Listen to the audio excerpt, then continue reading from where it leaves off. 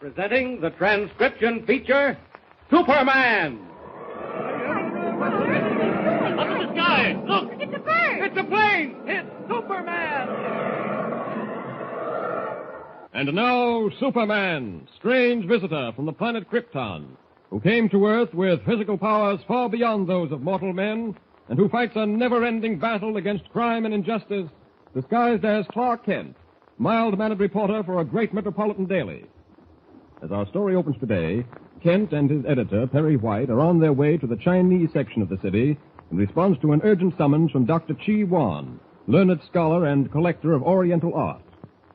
Darkness has fallen, and the narrow, winding streets are empty, save for a few wraith-like figures half hidden in shadowed doorways.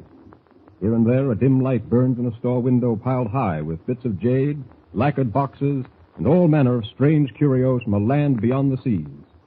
The unearthly silence is broken only by the purr of a motor car. Listen. Isn't it a little strange that Dr. Wan didn't tell you why he wanted to see you, Mr. White? Not if you know Orientals, Kent. They don't say much over the telephone. It's an instrument of the devil, and they don't trust it. Oh, but surely Dr. Wan doesn't feel that way. Wasn't he educated here in the United States? Yes, but the Chinese have certain inborn superstitions that even education won't eradicate. Once an Oriental, always an Oriental. Here, take it easy. I think that's the house over there. Number 44. Pull up to the curb. Okay. Well? Let's get out. You better lock the car. Okay. There. Now, come on. Siwan owns this jewelry store and lives above it. Yeah, but this store looks closed to me. He said to come up to his apartment. Oh. I guess we go through this hallway. Yeah. Boy, it sure is dark in here. Well, light a match, Kent, so we can find the stairway. All right. Oh, there it is. I'll lead the way. I don't know what's on Juan's mind, but it better be mighty important, or I'll wring his neck for dragging me down here at this hour of the night. Uh-oh. The match went out. Hold on, I'll light another. Kent, look out! What happened?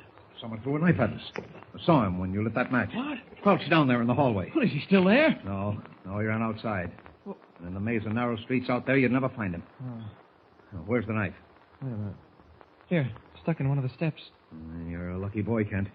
Missed your back by a fraction of an inch. Oh, let's see. Here, wrap a handkerchief around the handle and pull it out. Okay. Maybe Chi Wan can explain this attempt at murder. Come on. Let's get up to his apartment before someone else decides to use us as a target. I should have known we'd run into something screwy down in this neck of the woods.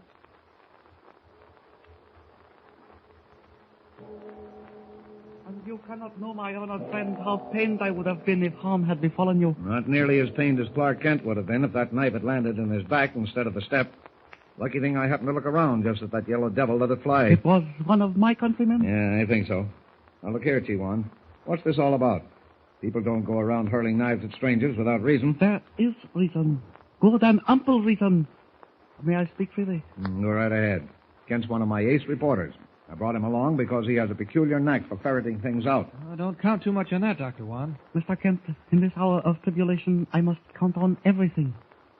As you are no doubt aware, I am an importer of Chinese art treasures. Yeah, so Mr. White told me. Through my hands have passed priceless vases of the Ming Dynasty, hand-wrought silver that once adorned the throne of the Emperor Lao Tan, chests of inlaid teak wood, the beauty of which is beyond description. Yes, we know all that, Chi Wan. Now, come on, get to the point. Patience, my honored friend, patience. My father once told me, it is only a fool who hurries to the grave. Nobody's asking you to hurry to your grave. Unfortunately, the grave is my destination. What? What's that? Yes, they are closing in on me like dark shadows of night. There is no escape. What in the name of heaven are you talking about? Before the next sun rises, I will be dead. What do you mean, Dr. Wan? Have you lost your mind? Well, in all my born days, Please. There is a little time, and I have much to tell you. But first, you must give me your solemn oath that not one word of what I am about to tell you will ever pass your lips. Well, that all depends, Chi Wan. If it's information the police should have, I'm not going to hold it back. Believe me, honored friend, the police can be of no assistance, or I should have called on them long ago. Well, all right, you can trust me with your secret. And you, Mr. Kent? Of course. I am grateful to you both. Now, if you will bear with me, I shall try to tell you why I have asked your assistance. Forgive me if I speak softly. It is said that sometimes even the walls have ears. In 1930, while traveling through western China, I discovered in an ancient temple in the province of Shenxing a goatskin manuscript written by an unknown scholar 3,000 years ago. It's a long way back, Dr. Wan. The Chinese Empire is more than 4,000 years old, Mr. Kent. Oh, what about the manuscript? What was on it? The characters were faded almost beyond legibility. But by dint of patient effort and the use of a high-powered magnifying glass, I was able to decipher them. Go on. What did it say? You will not believe me, but there, written on a square of goatskin 3,000 years old, was the secret of everlasting life. What's that? The secret of everlasting life. You mean, Dr. Wan, that the manuscript contained a formula for keeping human beings alive forever? No, Mr. Kent. I thought I heard wrong. You did not, honored friend.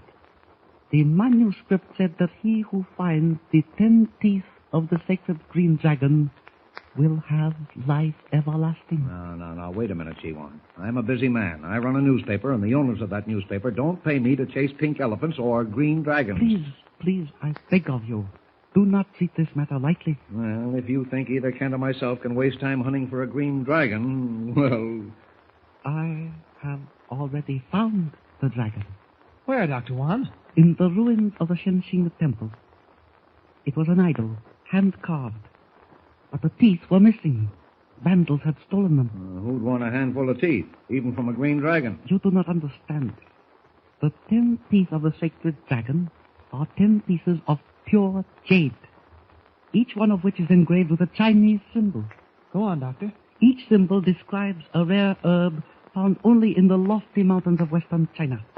When all 10 herbs are combined, ground into a powder, that powder renders the human body free of disease forever. And you believe that, Chiwan? I cannot help but believe it. For even now, I have in my possession 9 of the dragon's teeth. Where did you find them? All over the world, Mr. Kent. Some had been set in rings, others in necklaces. You say you have 9. What about the 10th? I failed to find it until a month or so ago when I learned it was in the possession of one Walter Huffman, a dealer in precious stones. I sent a trusted employee to purchase it from Huffman. But therein I made my mistake. How come? This employee, Hu Ling, had assisted me in deciphering the manuscript and knew the secret of the dragon's teeth. And he told Huffman. Exactly, Mr. Kent. In order that Huffman might demand an exorbitant price for the one piece he had. Oh, I'm surprised Huffman didn't offer to buy the 9 pieces of jade you have after hearing the story. He knew that was impossible. And so he has been trying to get them in another way. That is why my life is in danger. That is why I have asked you two to help me. They are watching this house night and day. If I attempted to leave, I would never reach the street alive. With you two, it is different. Oh, yeah? What about that knife Kent almost got in the back? A mistake, I am certain. Huffman would not risk killing a white man. But, of course, if you are afraid... We're not afraid, Dr. Wan. What do you want us to do?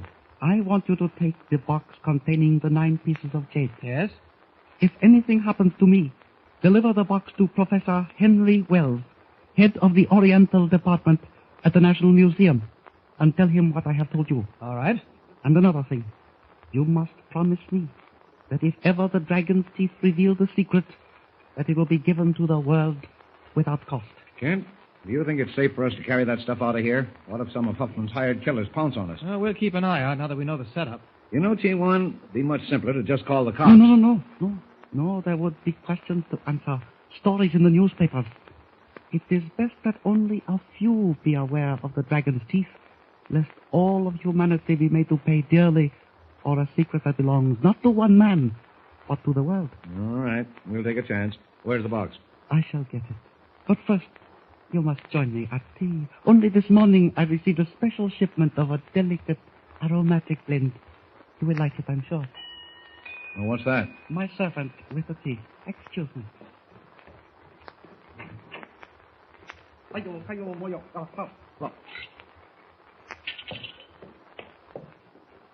Now, if one of you will do me the honor of pouring I will get the box of jade in the meantime. Okay, I'll pour. Thank you, Mr. White.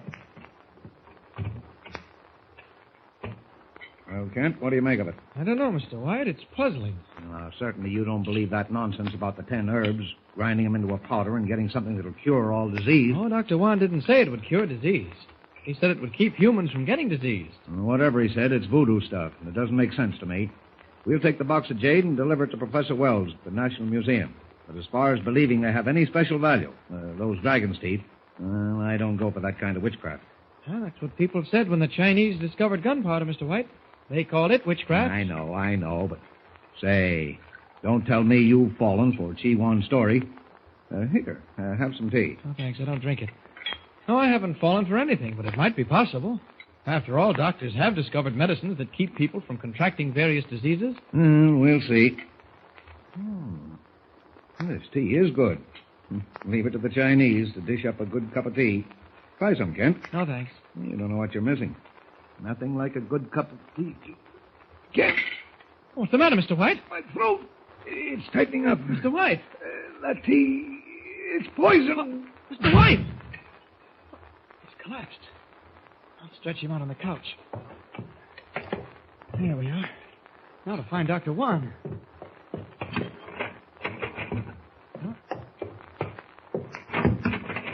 Both doors locked. I'm beginning not to like the looks of this. Dr. Wan! Dr. Wan! No answer, eh? All right, if that's the way the game has to be played. Superman can play it. Oh, he's sinking fast. White as a ghost. Can barely feel his pulse. Can't waste any time looking for that Chinaman. Gotta get Perry White to a doctor, or it may be too late. I'll come back to settle with whoever poisoned that tea. There we are. Now up with the window. And out. Up and away! Red cloak streaming in the night wind, Superman speeds through the darkness with Perry White limp and unconscious in his arms, racing against the grim specter of death. Meanwhile, back in the editorial rooms of the Daily Planet newspaper, Lois Lane, star girl reporter, questions young Jimmy Olsen, the Planet's copy boy, concerning Clark Kent's whereabouts. Listen. You say you went out with Mr. White about an hour ago, Jimmy? That's right, Miss Lane. They went to Chinatown. Chinatown? What for? Well, a story, I guess. I heard Mr. White say he didn't think there was much in it, but he wanted Mr. Kent to come along anyway. Hey, Miss Lane, did I ever tell you how they made me a member of the Comanche Indian tribe when I was out west? Not once, Jimmy, but 10 times. Do you know where in Chinatown they went? No, I don't know where they Well, went. think hard. Did Mr. White say where he was going? Not to me. He did mention some Chinese name, but I can't remember it. Miss Lane, did you ever hear this one? Confucius say, he who sits on a tack will rise to great heights. Pretty good, huh? Jimmy, they don't come any worse. Now, please try to think of that name. Gee, I can't. Wait a minute. G. That's it. Dr. G something. Chi. Dr. Chi Wan. Yeah, that's it. Say, how'd you know? Well, Dr. Wan's a well-known Chinese art dealer. They didn't say why they were going, did they? Not to me. Anyway, how come you're so interested in Clark Kent all of a sudden? I'm not interested in Clark Kent. I'm interested in seeing that he doesn't get all the big stories the way he has been lately. Oh, well, this one isn't a big one. Well, it must be if Perry White went along. Jimmy, I've got a good mind to take a run down there. Miss Lane, that's a good idea. I'm all through here, so I'll go with you. No, you better not, Jimmy. Chinatown's a pretty wild place at night. Oh, it couldn't be any wilder than the West, with Indians and coyotes and shooting. All right, you win. Now get your hat and coat. I'll meet you downstairs, and don't waste any time about it.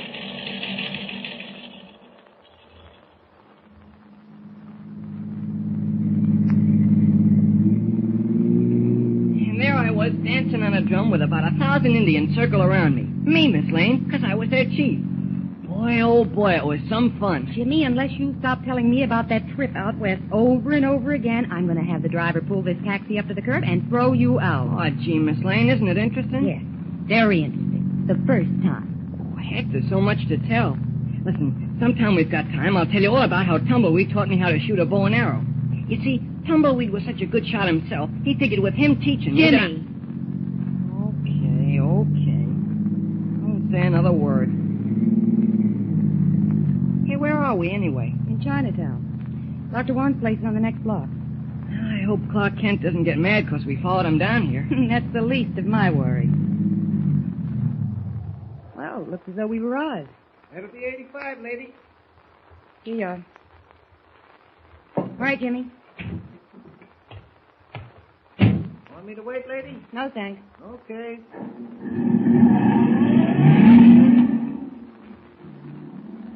Well, now where to, Miss Lane? That's Dr. Juan's art store, all right. It's closed. Oh, everything seems to be closed around here. Oh, there's a man standing on the corner. Maybe he can tell us where Dr. Juan lives, huh? Pardon me, but would you know where Dr. Chi Wan lives? What?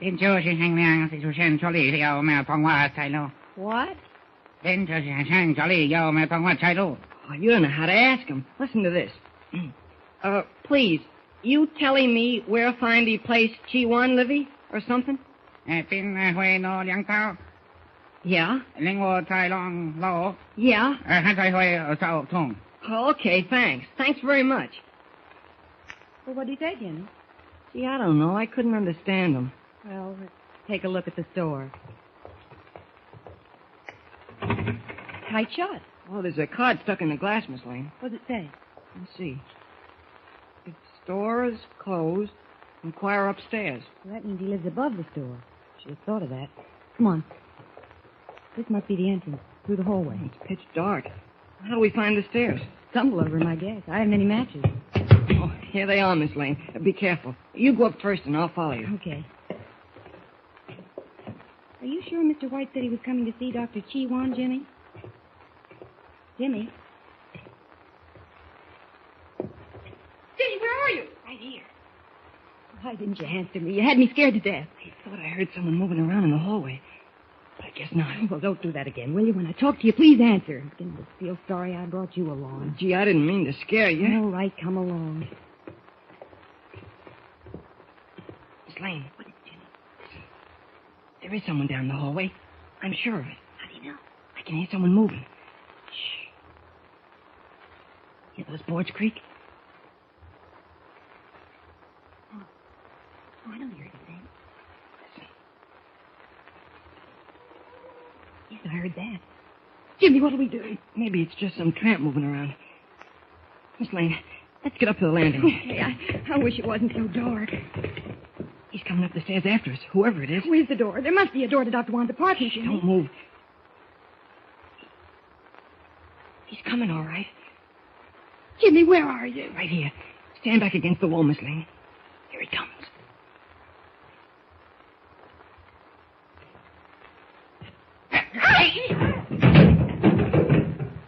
What happened, Jimmy? I kicked him in the shins. Quick, find the door and bang on it. Yes. Yes, here it is. Dr. Wan! Dr. Wan! We don't have to worry about that guy, Miss Lane. I gave him a kick he won't forget for a long time. Who is there? Miss Lane of the Daily Planet, please open the door quick. Come in. Close the door quickly and lock it, will you? Oh, thank goodness. May I ask what is wrong? Someone followed us up the steps. If it hadn't been for Jimmy here, I don't know what had happened. Why did you come here, Miss Lane? We're looking for Clark Kent and Mr. White, the editor of our paper. Haven't they been here? They said they were coming, Dr. Wan. Please, to sit down, both of you. Possibly you can explain something to me. But listen, hasn't Mr. White been here? Yes. Both Mr. White and Mr. Kent were seated in this room not 5 minutes ago. They vanished into thin air. What do you mean? Exactly that. Mr. White was seated in the very chair you are in now. Mr. Kent was opposite him on the couch. Yes. Tea was being served, as you can readily see. I excused myself for a moment to get something. While I was out of the room, I heard my name called. I rushed back, but they were gone. Both of them. That's strange. Huh? Stranger than you think, Miss Lane, since both doors leading from this room were locked. Oh, what about the windows? That one was open. It looks out on the rear yard. But they couldn't possibly have gone out the window. There is a drop of 30 feet to a stone walk. Well, what were they doing here in the first place? That, unfortunately, is something I cannot explain. It seems there are a lot of unexplained things happening around here, Dr. Wan. Jimmy, I think we'd better go. You'll please lead us safely to a taxicab, Dr. Wan. I am sorry, Miss Lane, but I cannot leave this house. What? I should advise that you and the boy remain here At least until daylight. Well, that's ridiculous. Merely a precaution. A precaution against what? Forces over which I have no control. Is there a phone in the house? No. The telephone is in my store. Well, that means we can't even call the police. Well, I've never heard of anything so ridiculous in Please do bear with me, Miss Lane. At some later date, you will have a complete explanation. Now, let me apologize for being a miserable host. Will you and the young man have a cup of tea? I think so. How about it, Jimmy? Oh, sure. You see, the tea is still quite hot. Evidence that Mr. White and Mr. Kent left here only a short while ago. Sugar, Miss Lane? 2, please. 3 for me. Here you are. Thank you. Young man? Thanks. Oh, the tea certainly is pungent. Yes, it is a special blend of leaves. I feel quite certain you will enjoy it. Sugar, Miss Lane? 2, please. 3 for me. Ah, you have a sweet tooth, young man. Your cup, Miss Lane. Thank you. Young man? Thanks. My, this tea certainly is pungent. Yes, it is a special blend of choice leaves. I feel certain you will enjoy it thoroughly. I'm sure I will. Well, bottoms up, Jimmy. Don't drink that tea. It's Superman. Put those cups down. Both of you. Now, Dr. Wan, you have a little explaining to do. I do not understand. Who are you? How did you burst through a window like some giant bird? He's Superman. He can fly through the air and break a stone wall with his fist. And... I can't believe it. Who is this man? Why does he wear a red cloak? I told you, he's Superman. Who I am is of little importance at the moment, Dr. Wan. There are a few other little matters to be cleared up. Matters that involve murder. Murder? That tea in those cups. It's poisoned. Poison. Gee, Willick. No, it cannot be. It is impossible. Look, I will drink it myself. Don't be a fool. Now listen to me. 2 men visited you less than half hour ago. Is that true? Yes. Mr. White and Mr. Kent. You served them this tea, didn't you? Yes, but While you were out of the room, Mr. White drank some of the tea. In less than a minute, he collapsed, gasping for breath. He was rushed to the hospital, where even now he is lying at death's door. No. It's all right, Miss Lane. Everything possible is being done for him. The doctors say he has a good chance. You poisoned him. And you tried to poison us. On the honor of my ancestors, I did not. One moment. There's a taxi waiting at the door, Miss Lane. I think you and young Jimmy had better go. I'll take care of Dr. Wan. Well, I'm afraid to go downstairs alone. You see, someone tried to attack us when we came here. There's nothing to be afraid of. I've seen to that. The driver has instructions to take you back to your office. Well, I don't suppose there's any way I can thank you for what you've done. Yes, there is. Don't mention having seen me to a soul. The work I do can only be accomplished if I remain a legend. You have my promise. Goodbye. So long, Superman. Gee. So long, Jimmy. And now, Dr. Wan... You must believe me. I did not know the tea was poisoned. My enemies are like the sands of the desert. It was they Just a moment. Where are the dragon's teeth? You know about them? Yes. Where are they? I have them here, in this velvet case. There are 9 of them, gathered from the 4 corners of the earth. And each of these pieces of jade is engraved with a symbol representing a rare herb found only in the mountains of western China. Yes, but how did you know? Never mind that. These herbs, when combined and ground into a powder, are said to make the human body free of disease. Yes, but one must have all 10 herbs, and the 10th dragon's tooth is owned by another. Walter Huffman, a dealer in jewels. I am amazed. Amazed. Tell me who you are. How do you know all that you have repeated to me? I come from another planet, Dr. Wan, the planet Krypton, long since shattered into a million glowing fragments. Here on Earth, I am known as Superman because of the strange powers I possess. The powers of strength, power of speed, but above all, the power to resist disease. Look, this tea is impregnated with deadly poison. No, do not drink it. I assure you it will have no ill effect on me. There. You see? I am witnessing a miracle. No, Dr. Wan. Merely a strange twist of fate that brought me to Earth. But enough of that. I believe you when you tell me you did not poison the tea. I would have no reason. Exactly. But others might have a reason. To get possession of the 9 dragons' teeth. It can only be Hoffman. Whoever it is, I will help you. If there is anything at all in the magic of these 10 herbs, it must be given to humanity and not used for personal gain. You speak, Superman, as I myself have spoken. Good. Then we can work together. Now tell me more about Walter Huffman. He is a man who has dealt in jewels for many years. Yes? He is shrewd, unscrupulous. A man who would not hesitate to crush anyone who stood in his way. Hmm? Where can he be reached? He maintains an office in the city building. But let me warn you, he is dangerous. Thank you. I must go now. What about the dragon's teeth? You wish to take them with you? They are not safe here. They will be safe until tomorrow, at which time Mr. Kent will call for them. Now remember, not a word of this to anyone. Nothing shall pass my lips. I will unlock the door for you. The door? The window is good enough. The window? Goodbye, Dr. Wan. Goodbye. And blessings. Up!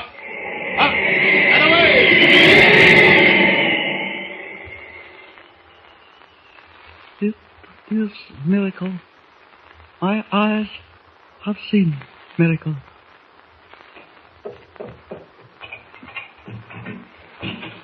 Bo! Bo! Don't bother calling your servant, Dr. Wan. He can't hear you. He's gone. Who is there? Step back and I will come out of the darkness. Hoffman. Yes. Yes, my friend. You don't seem pleased to see me. How did you enter? Who let you in? Sao, your little Chinese boy. I paid him well. No, you are lying. Why should I lie? It was also Sao who poisoned the tea you failed to drink.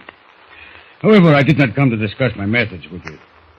You know what I want. No, I do not have them.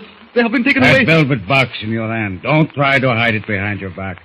Give it to me. No, never. You heard what I said. Give it to me. No, help! Shut up, you fool. Help!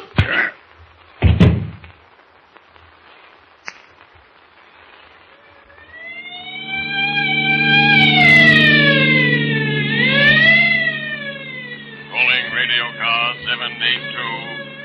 Radio Car 782. Departmental Order 4953. Report to number 44 Boyer Street. Homicide. I will repeat. Calling Radio Car 782. Radio Car...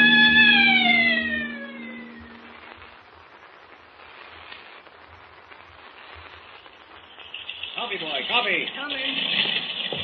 Yes, Mr. Hogan. Here, rush this down, Jimmy. Tell Riley to squeeze it into page 2. It's a Chinaman, but he's important. Gee, Willikers. Dr. Wan. What's the matter? You know him, Jimmy? You bet. Miss Lane. Miss Lane. Yes, Jimmy? Miss Lane, look at this. Chinese scholar murdered. Yep.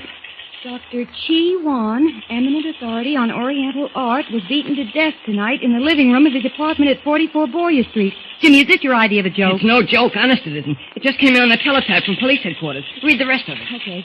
Superficial examination revealed that Dr. Wan had been struck with a blunt instrument. Oh, Jimmy, this is terrible. Why, we spoke to him less than a half hour ago. That's right. Perhaps Kent just called from the hospital. He's with Mr. White. I'm going to rush down and talk to him about this. Can I come? No, you'd better stay here. I'll be back soon. Miss Lane, you don't think Superman... That's just what I'm wondering, Jimmy. I'll see you later.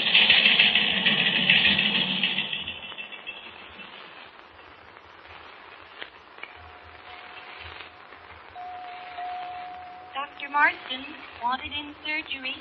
Dr. Marston wanted in surgery. Well, Mr. White's fine, Lois.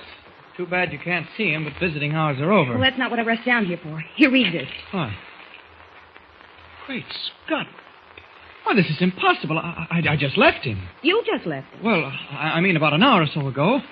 Well, anyhow, listen to this. Jimmy and I were sitting in his apartment less than a half hour ago. Suddenly, a man in a blue costume and a red cape came crashing through the window. Jimmy recognized him immediately. Who was it? Superman. Oh, Lois, don't tell me you believe Superman really exists. Well, I saw him with my own eyes. He seemed to know my name and Jimmy's name. In fact, he knew everything. If it hadn't been for him, both Jimmy and I would have swallowed some of the same tea that poisoned Mr. White. I don't get the point of all this, Lois. I'm coming to it. Superman suggested that Jimmy and I go back to the office. He had a taxicab waiting for us outside Dr. Wan's house. We left him there alone with Dr. Wan. I still don't understand. He was alone with Dr. Wan. And the next thing, Dr. Wan's murdered. Oh, but Lois, you don't think... I'll tell you what I think. Superman knows who killed Dr. Wan. You're just jumping to conclusions, Lois. Maybe I am, but I'm going to find out if it's the last thing I do. I'll spread this story across the front page. Listen, if Superman is half the man he's supposed to be, he'll step forward and tell all he knows. I'll never forget it as long as I live, Lois. I was sitting opposite Chi Wan, no further away than you are. He looked at me, and there was something strange in his eyes. And then he said, "Before the next sun rises, I'll be dead." He was right. But what were you and Clark Kent doing down there in the first place, Mr. White? No, he telephoned me and said he had something important to discuss. Come in. Oh, hello, Lois. You wanted to see me, Mr. White? Yes, Ken. Come on in. Sit down. Oh, you seem to have recovered from the ill effects of that poison tea, Mr. White. Kent, how in heaven's name you ever got me to the hospital in time will always be a mystery. Yes, that's another thing I wondered about. Dr. Wan said you both vanished into thin air. No, wait a minute. We'll come to that later.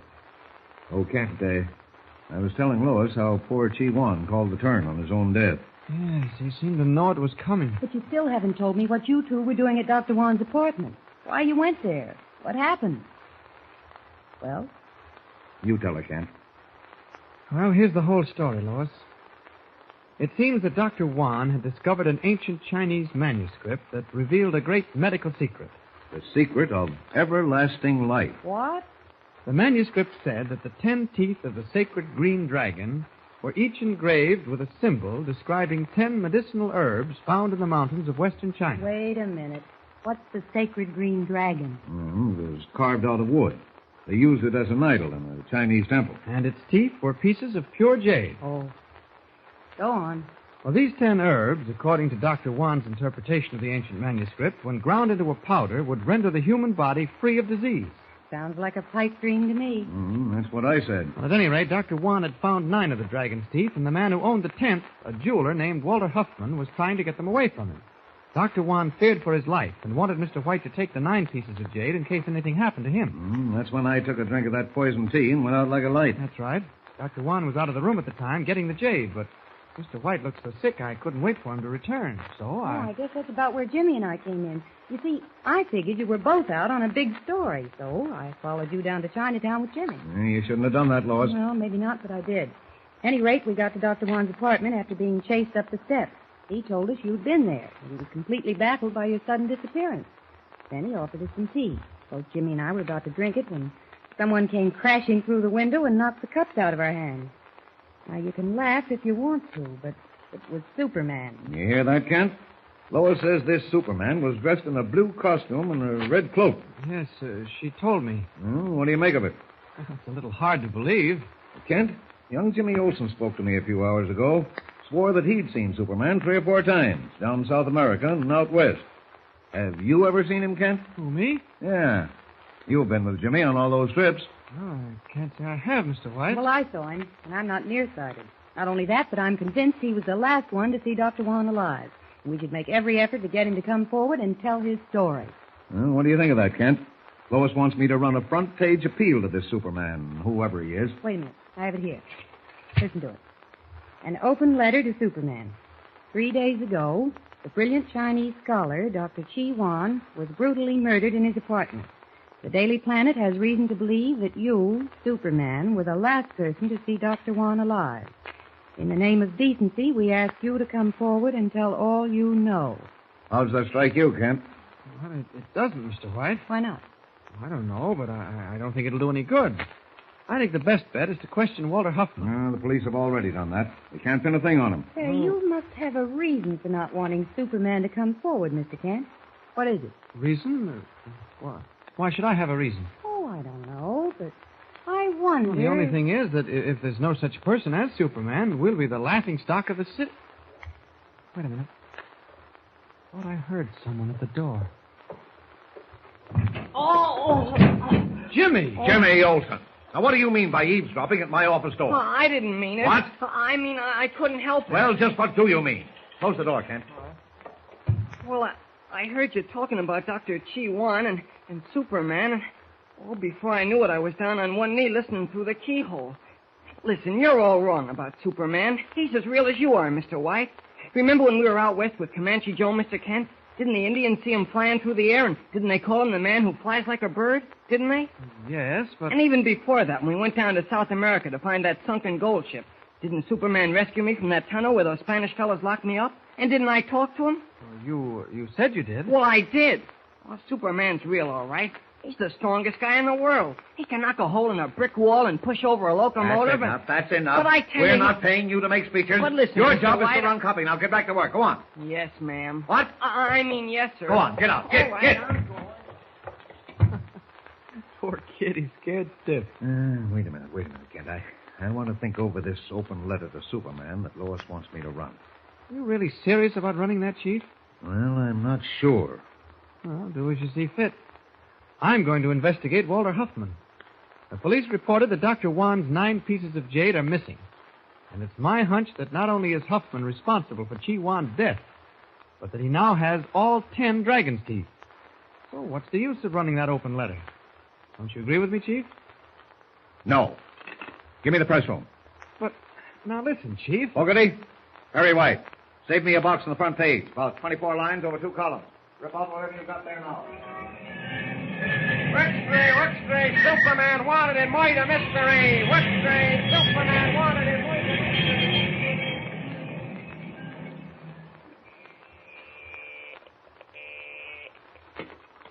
Walter Huffman speaking. A reporter from the Daily Planet would like to see you, Mr. Huffman.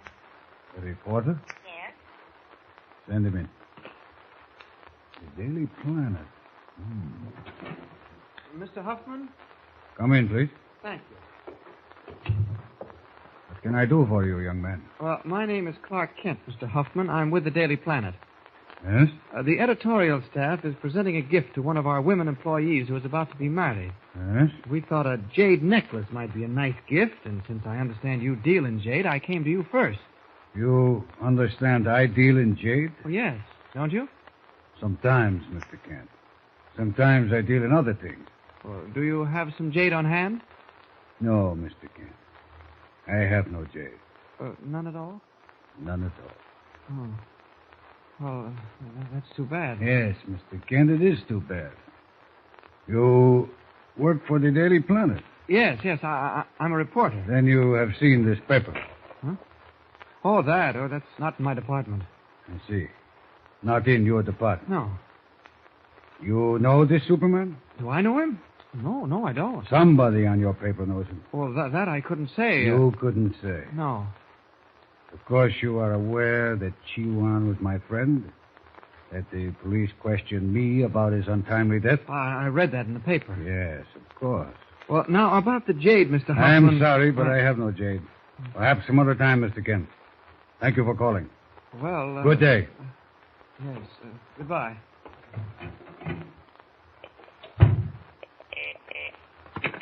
Cooling. Huffman, come up at once. I need you for something very important. Very important. Mr. White. Mr. White. Right here. Telegram, Mr. White. Yeah, let me have it. Great Scott. What is it? Get Clark Clinton and Lois Lane. Tell them I want them here in my office at once. Yes, sir, I'll get him. This is the most amazing thing I've ever heard of. What a story it'll make. Give me the press room. Story of the year. Hello, Fogarty. Perry White. I want the front page of tomorrow's first edition kept wide open until you hear from me. Right. Jimmy said you wanted to see me, Mr. White. Where's Kent? Well, he left the office about an hour ago. Hasn't come back. Well, here, read this. Just came in. Yes. Editor, Daily Planet. I am willing to tell my story about Chi Wan's murder, but for reasons which you should understand, I cannot come to you. You must come to me. I will meet you in the Carson Mansion tonight at 8. The door will be open. Walk in. Sign, Superman. Good heavens, Mr. White. The Carson Mansion's about 5 miles out of town. We can't wait for Kent. It's 7:30 now. Do you want to go along with me? Do I? I should say so. Okay, get your hat and coat. We haven't much time.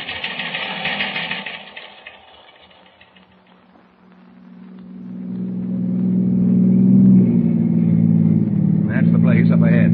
Used to be owned by Carson, the millionaire rubber man. Been deserted for 5 years. I guess we turn in here. Gee, it certainly is lonesome looking, all boarded up. Yeah. Come on. Let's go right on up to the door.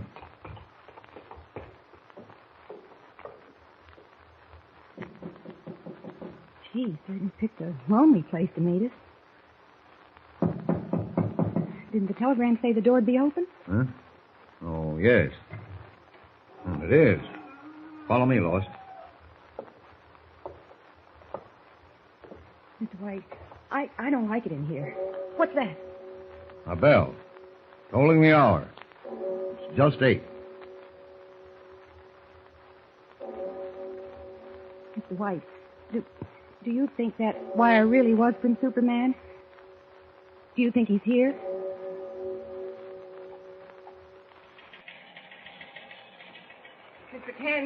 Mr. Kent, wait a minute. Oh, what is it, Jimmy? Gee Willikins, where were you? Oh, I just stepped out for a while. Why, what's cooking? Well, Mr. White was looking for you. He got a telegram. It must have been important, because he and Miss Lane left in an awful hurry. They said they couldn't wait for you. Well, what was the telegram about? Gee, I don't know, but when Mr. White read it, he said, Great Scott.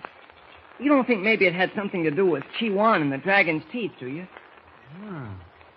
We'll take a look in Mr. White's office. Maybe we can find the wire. Boy, this sure is getting exciting. When did they leave, Jimmy? Oh, about 20 minutes ago. Uh-huh. Close the door, Jimmy, will you? Okay. Oh, let's have a look here. Over here. No, there's no telegram on his desk. Take a look in the waste paper basket, Jimmy. Okay.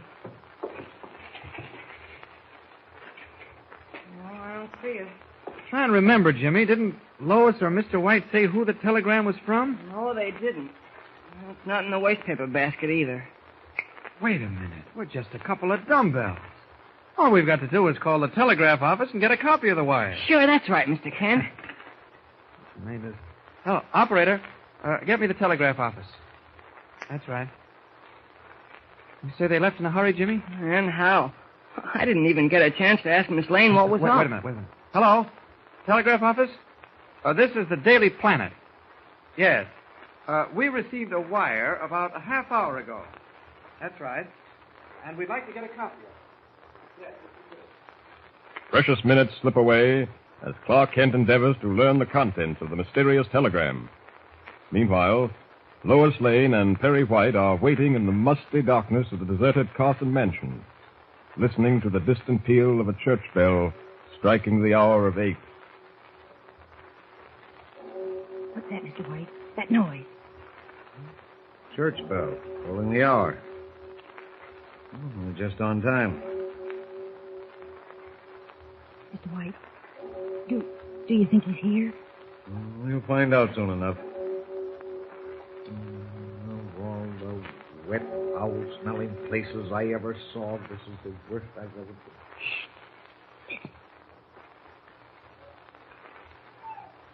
Someone opened the door. It might have been the wind. No. I hear footsteps.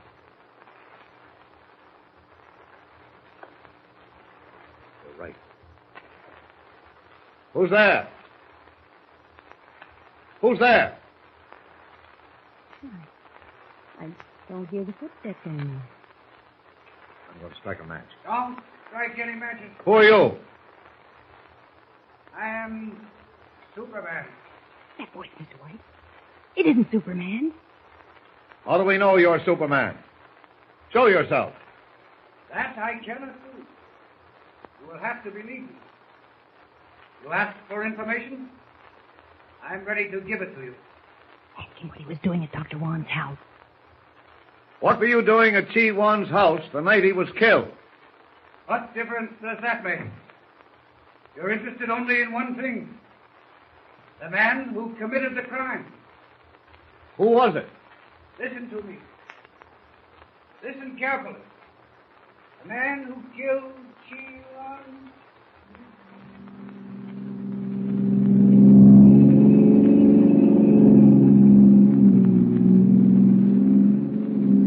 Gee whiz, Mr. Kent. What makes you so sure Superman didn't send that telegram to Mr. White? Jimmy, you've asked me that same question a dozen times. I'm sure he didn't. Yeah, but what makes you so sure? Are you Superman's personal friend or something? What? I said, are you Superman's personal friend? Why, of course not. Whatever gave you that idea? Well, you're so positive he didn't send that telegram to Mr. White.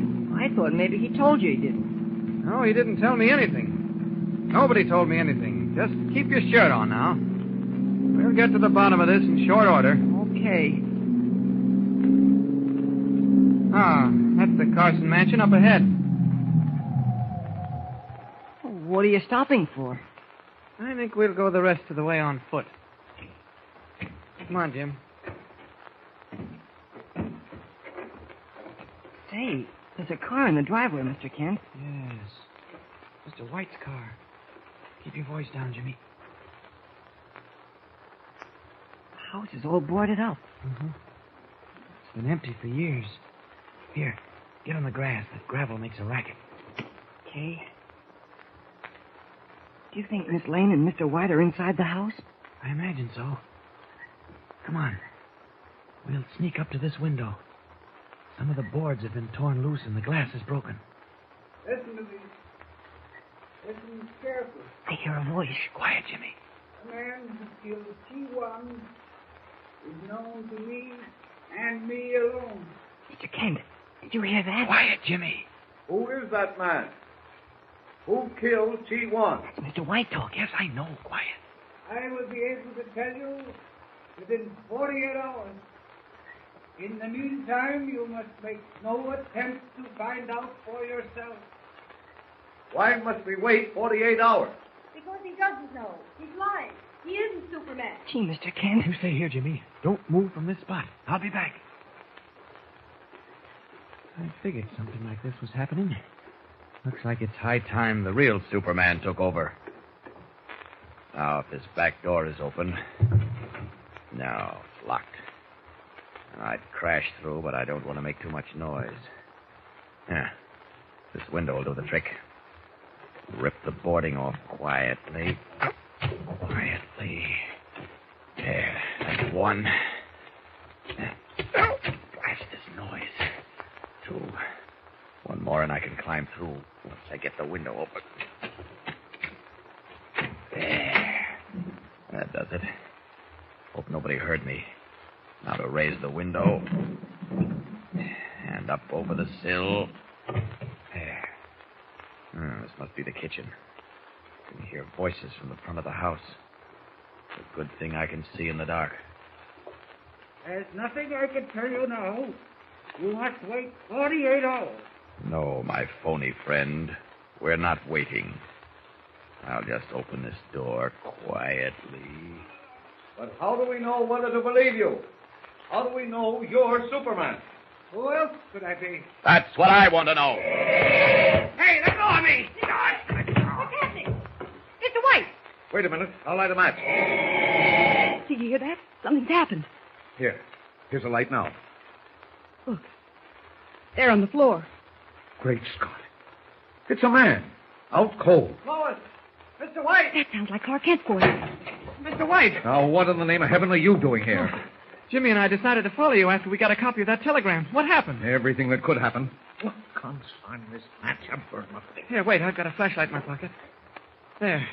Gee, Willikins, there's a man on the floor. Is that Superman? No. It's someone who tried to palm himself off as Superman. I still don't know what happened. You see, he was talking to us, telling us we'd have to wait 48 hours before he could let us know who killed Chi Wan, when suddenly I heard a burst of wind, another man's voice, and Then the sound of blows. Whoever hit him certainly didn't pull his punches. That shiner he's got. I wonder who it was. Let's get him back to the office where we can question him. You take the flashlight, Lois. Mr. White and I'll carry him. Shucks, I'm disappointed. I thought sure I was going to see Superman again. All right, keep moving, Jimmy. Got a lot of questions to ask this bird, and the sooner we get back to the office... Now, look here, you. We've wasted enough time. Are you going to talk, or do we have to turn you over to the police? I told you all I know. You paid me $50 to do the job. Walter Huffman paid you $50 to impersonate Superman? That's right. He told me what to do and what to say. I used to be an actor, but I've been out of work for 3 months, and I needed the money. What happened at the Carson mansion? Who knocked you out? I don't know. Someone jumped out of the darkness. It felt like a sledgehammer. Come in.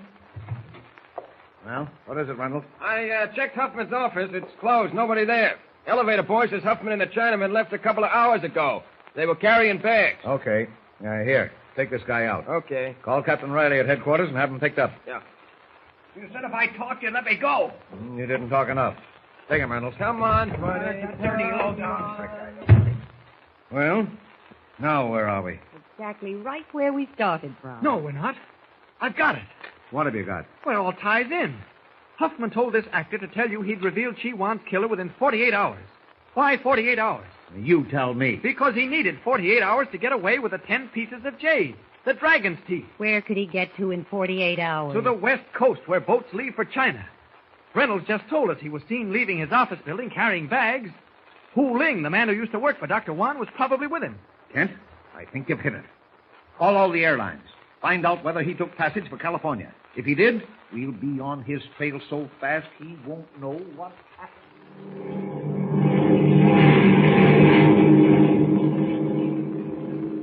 According to this timetable, we'll land at San Francisco about midnight. Huffman only has a 2-hour start on us. Well, that may be more than enough, if he can catch a boat. Well, you checked on that before we left, didn't you? Yes, there's a freighter sailing from San Francisco at midnight. I wish you hadn't insisted on coming along, Lois. I could have handled this much better alone. Well, the miracle man. No, I didn't mean it that way, Lois. Well, how did you mean it? Now, don't tell me you could have gotten to San Francisco faster than this plane is taking us.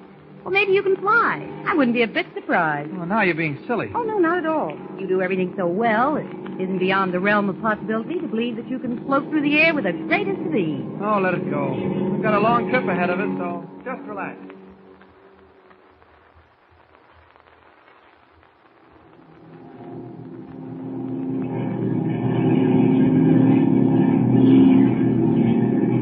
Where are we now, Clark? Passing over the Mississippi. We're 20 minutes behind schedule. Looks like bad weather ahead. Oh, really? Uh-huh. See those dark patches ahead of us? Storm clouds. Well, here comes one of the pilots. Ask him. Oh, sure. We're running into bad weather, aren't we? Oh, nothing serious. Gee, I hope not. Don't worry, miss. Don't worry, huh? Well, there really isn't much to worry about. These big ships are safe enough. You know, I was thinking that unless we can prove Walter Huffman had something to do with Chi Wan's murder, well, we're just wasting time and money making this trip. Oh, what about the dragon's teeth? The 10 pieces of jade? That, I think, is a fairy tale. Do you believe it? Believe what? That the dragon's teeth are endowed with magic properties. Well, nobody said they were. According to Dr. Wan, each of them is engraved with a Chinese symbol that identifies a medicinal herb found in the mountains of West China. I know. And when the 10 herbs are ground into a powder, that powder will render the human body free of disease forever. Aye, that'll put an awful lot of doctors out of business. Well, there may be more to it than you think, Lois. The Chinese, in some respects, are remarkable people. After all, they did discover gunpowder centuries ago. This may be another remarkable discovery that has remained a secret for thousands of years. Well, I'm from Missouri. You gotta show me. Oh! What happened? We hit an air pocket. Getting a little rough. Better fasten your safety belt. Okay. There now. Say, what happens if we run into a storm? Do they land? No, they usually ride it out by flying above it. They're gaining altitude now. You're not frightened, are you? Oh, no, but I don't like it too much. Gee, my ears are beginning to ache. Try and yawn. That usually helps. Oh, here. Chew this piece of gum. Oh, thanks. Oh! Another pocket. What makes the plane drop like that? Well, it's like being on a boat in a rough sea. You ride up to the crest of a wave and then drop down into the trough. Instead of sea waves, we're running into air waves. That's about the size of it. Is your belt fastened? Yeah. Well, we'll probably find good weather further up. They usually do. Clark, we're turning over. No, we're not. Just pitching and tossing a little. Well, I'd feel better if there were more passengers on board, you know it. No, just 2 men up front. Really, Lois, there's really... Oh, that was a bad one. I thought I heard something fall. Yes, I did. The stewardess. She struck her head on a chair arm in the rear of the plane. I'll be right back, Lois. Don't leave me, please, Clark. I'm frightened. Now, just sit tight. Nothing can happen. Hurry back, will you? Oh, this stewardess got a nasty crack. Hot coals. I'll just sit her up in a chair. Yeah, that's better. Probably just stunned. Yeah, but those motors, they're missing badly. I'm beginning not to like this. Those motors conk out on him, we'll crack up. Maybe I'd better take a hand as Superman. First, out with the lights. Where's that switch? Now, here it is. Where are you? Right here, Lois. Be right with you. Now, the only emergency exit is in the pilot's room up in the nose of the ship. But the door's locked. I could crash through it, but... No, wait. The stewardess has the key. Ah, here it is, right here in her pocket. Boy, those motors won't hold out much longer. We're losing altitude fast. No time to waste. Hope Lois doesn't see me as I pass her seat. Well, here goes. Made it without being seen. Now to slip the key into the door. There we are. Hey, what are you doing in here? Never mind that now. This ship's in trouble. You get back where you belong. Hey, Joe, get that guy out of here. Okay. Sorry I have to do this, buddy, mister. Oh! And now you, Captain. You get away from me or I'll shoot. Put that gun down. Put it down, I said. I want you. Great Scott! That bullet, it just bounced off your chest. There isn't time to explain that now. Sweet dreams, Captain. Uh-oh. Hit a spin. I hope I haven't waited too long. The altimeter. Only 7,000 feet. There's only one thing to do. Get out of this plane and carry it down.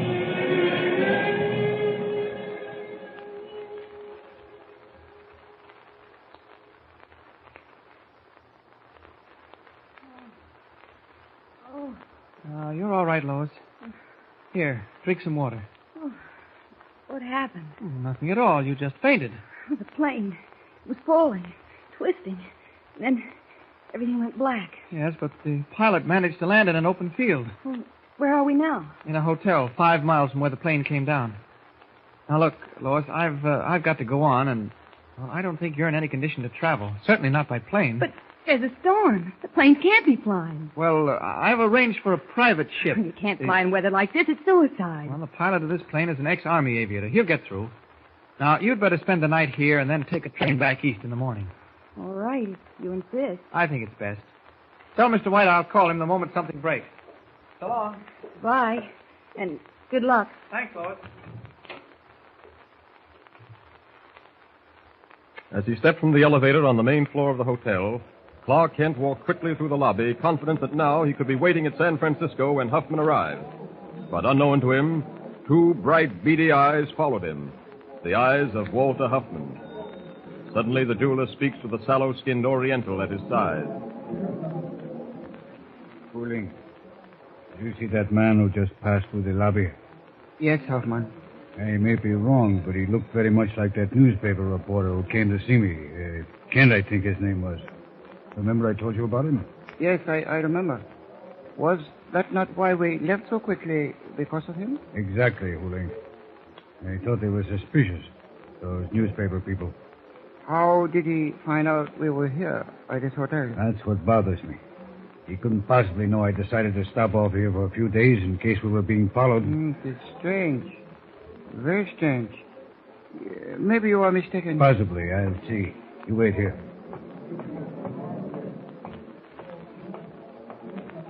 I beg your pardon, but is Mr. Kent registered? Mr. Kent, I'll see.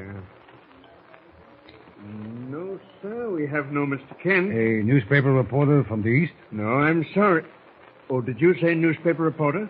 Yes, from the Daily Planet. Well, now, we have a young lady reporter registered, Miss Lois Lane. She was a passenger on that plane that made a forced landing. And now that you speak of it, sir, there was a gentleman with her. And I think his name was Kent, but he didn't register.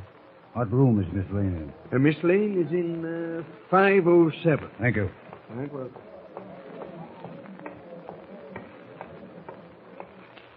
He was right, Oling. It was Kent. What do we do now? He's not registered, but another reporter is, a young lady. Follow me. Yes, sir.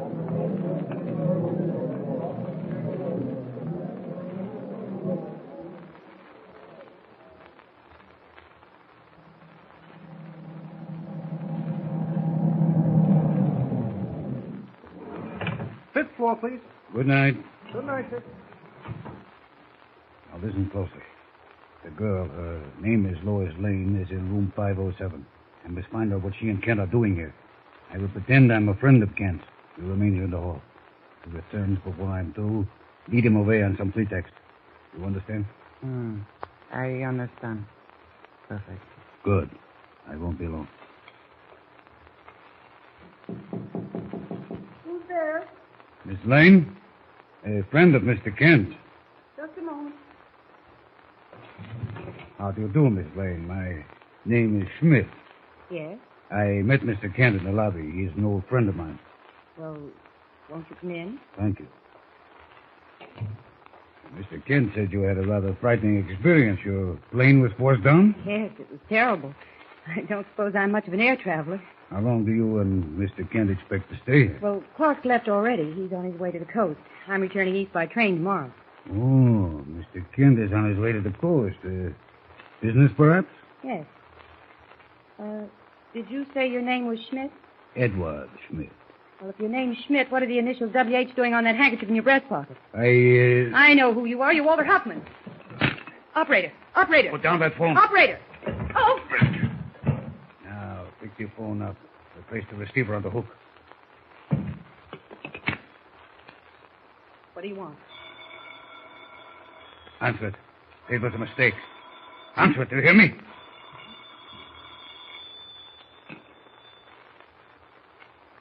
Never mind, operator. It was a mistake. Yes?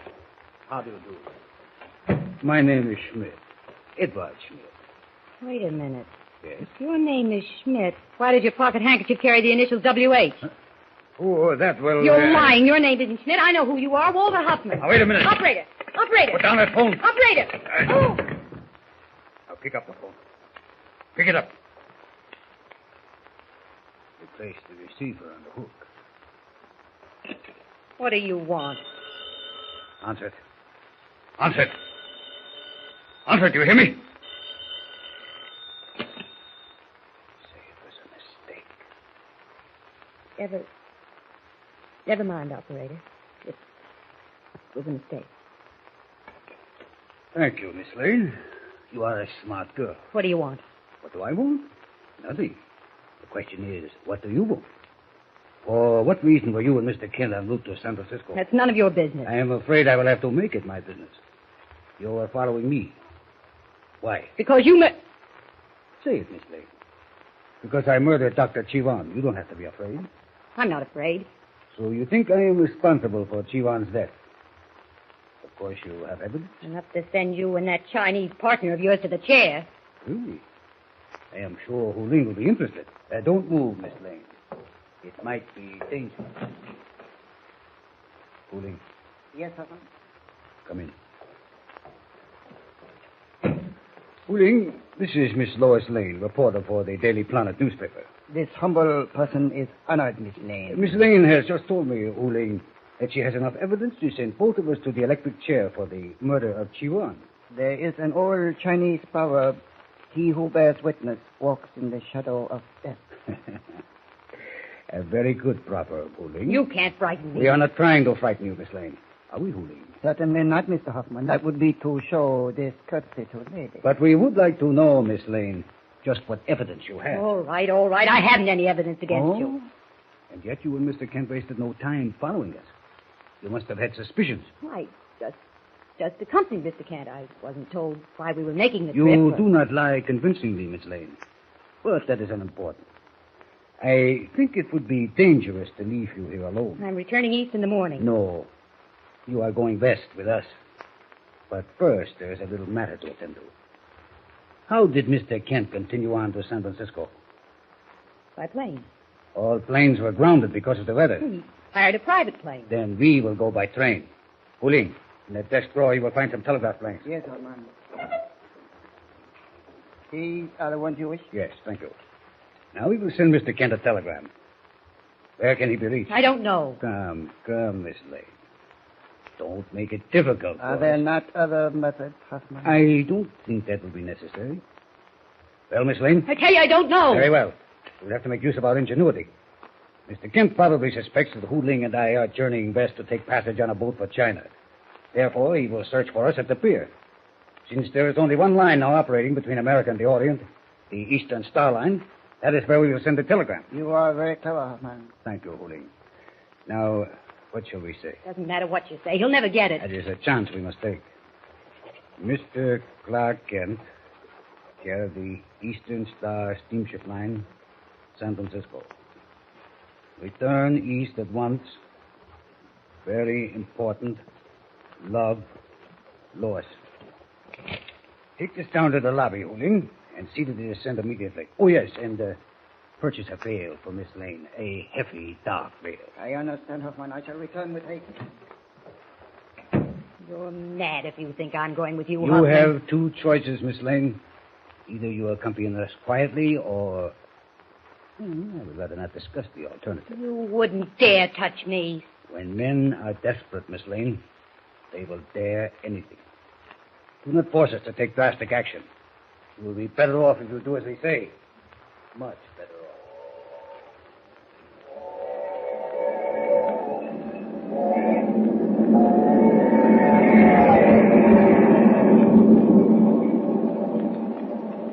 Hu Ling, I think now we can take the gag off. I'm sure Miss Lane is smart enough to realize we mean her no harm. There.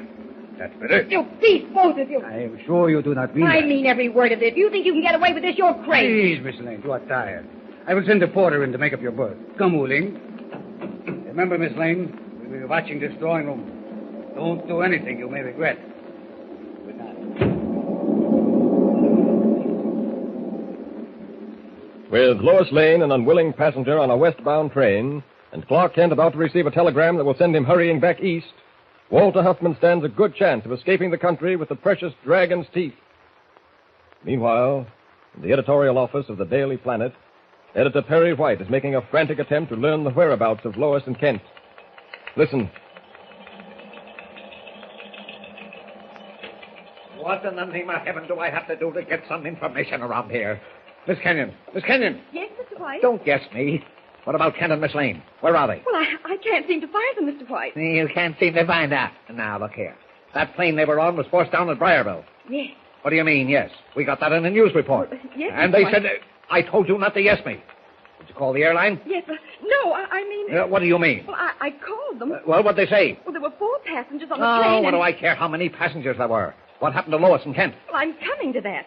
All the passengers were transferred to the Capitol Hotel at Briarville, and they... Why didn't you say that in the first place? Did you call the hotel? No, sir, you didn't tell me to. Must I tell you everything? No, sir. Haven't you got a head of your own? Call the hotel. Yes, sir. Find out whether Kent's there. Yes, sir. If he is, I'll speak to him. Yes, sir. Wait a minute. I'll put the call through myself. You stay here. I may need you. Yes, sir.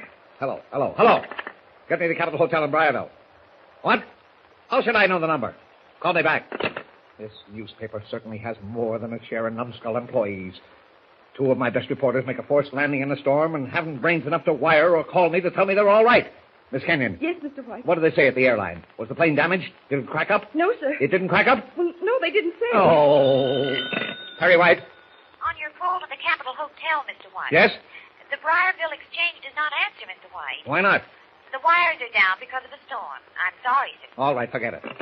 She's sorry. That's a hot one. You shouldn't be so worried, Mr. White. Oh, I shouldn't, eh? I shouldn't. And who is going to worry if I don't? But nothing can happen to them. You're sure of that? Oh, no, I'm not sure, but... Come in. Come in. Hello, Mr. White. Kent. Surprised to see me? All right, Miss Kenyon. Get out. Close the door behind you. Kent, what on earth happened? Well, we were forced down outside Briarville. Bad weather. I took Lois to the Capitol Hotel, left her there, and continued on to San Francisco by private plane. Go on. When I got there, the first place I visited was the Eastern Star Steamship Line, the only line in service to China. There was a telegram waiting there for me, so I flew back. Flew back? What do you mean, flew back? All the planes were grounded. Well, I hired another private plane. Oh. We made it in good time. Now, wait a minute. The telegram. What did it say, and who was it from? Why, it was from Lois. Said to come back east at once. Where is Lois? Well, that's what I'd like to know. You mean she's not here? She didn't return? No, and I haven't heard from her either. You haven't? I don't like this. I'll put a call through to the Capitol Hotel in Briarville. No, I've already done that. Yes? And the wires are down. Can't get through. She doesn't like Lois to keep us in the dark. I don't understand it. If she sent a wire to me, why didn't she communicate with you somehow? I've been sitting here tearing my hair out ever since I learned your plane was forced down. In the first place, I had no word from you. And in the second place, I figured you'd never get to the coast in time to stop Huffman. Well, whether Huffman is stopped or not is unimportant now. We've got to find out what happened to Lois. She's just got...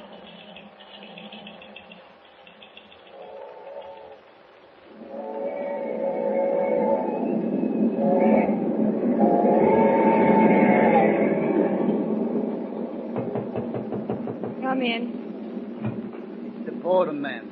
Gentlemen say you wanted your berth made up. Yes, please. Won't take me long to make it up, ma'am. Oh, ma'am, I told this way. Porter, Yes, what's our next stop? Greenville, ma'am. Listen, if I gave you a telegram, could you have it sent from Greenville? Yes, ma'am. I'll go get your blanket. No, don't do that. I have a piece of paper. You're sure it'll get off all right? Yes, ma'am. We got 5 minutes in Greenville. Oh, that's fine. Harry White, Daily Planet, Metropolis. In trouble. Have police meet Pacific Flyer into San Francisco. Lois. We're coming into Greenville, ma'am. Okay, I'm finished. Now, here's the telegram, and here's $1. Please be sure and see that it's sent. You hear me? It's very important. Yes, ma'am. Yes, and I'll be back to make up the berth. Yes, ma'am. I'll have everything tentative just as... Order. Yes, Order. sir. Yes, sir. The young lady in that drawing room, Porter, she is all right? Oh, yes, is she all right? The reason I asked, Porter, is that she is not well. Something is wrong with her mind. In case she happens to say something to you that sounds queer, don't pay any attention to it. She ain't said nothing queer, sir. No, sir. She just give me this here telegram to send to Greenville. Oh, she gave you a telegram? Yes, sir. Well, I think you better let me see it. Yeah. You don't have to bother sending this telegram, Porter. I'll take care of it. Thank you.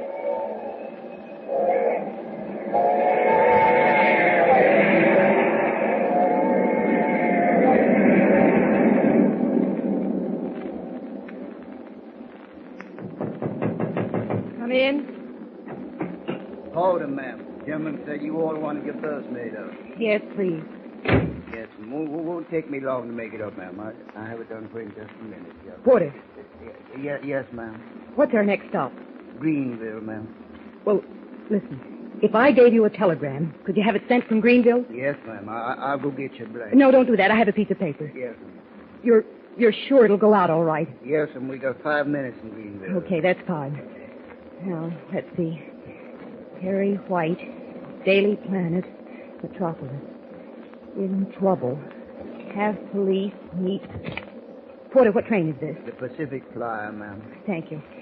Have police meet Pacific Flyer into San Francisco. Lois. We're coming into Greenville, ma'am. Okay, I'm finished. Now, here's the telegram, and here's $1. Yes. Please be sure and see that it's sent, will you? It's very important. Yes, ma'am. I'll be right back to make up the berth, too, ma'am. Yes, ma'am. I'll hurry right along and get the porter. Get the thing away for you. Porter. Yes, sir. The young lady in that drawing room, is she all right? Oh, yes, sir. She all right. The reason I asked, Porter, is that she is not well. There is something wrong with her mind. In case she happens to say something to you that may sound queer, don't pay any attention to it. Oh, she ain't said nothing, sir. Fine. I just thought I would mention it. No, sir. She ain't said nothing queer. Good. Thank you. Now, you please excuse me, sir, so I can go and send this telegram for her. Oh, she gave you a telegram, did she? Yes, sir. Well, I think you better let me see it. Yes, sir. You don't have to bother sending this telegram, Porter. I'll take care of it. Thank you. Yes, sir. And come back a little later to make up the young lady's berth. Right now, I want to talk to her. Yes, sir. I'll be right back. So, Miss Lois Lane, you tried to put one over on Walter Huffman. That is bad. Very bad. Come in. Good evening, Miss Lane. What do you want? Oh, I just stepped in for a moment to see how you are getting along. You don't have to worry about me. Oh, but I do worry. You are very clever. Get out of here. Get out or I'll ring for the porter. That won't help you, Miss Lane. The porter understands everything. What do you mean?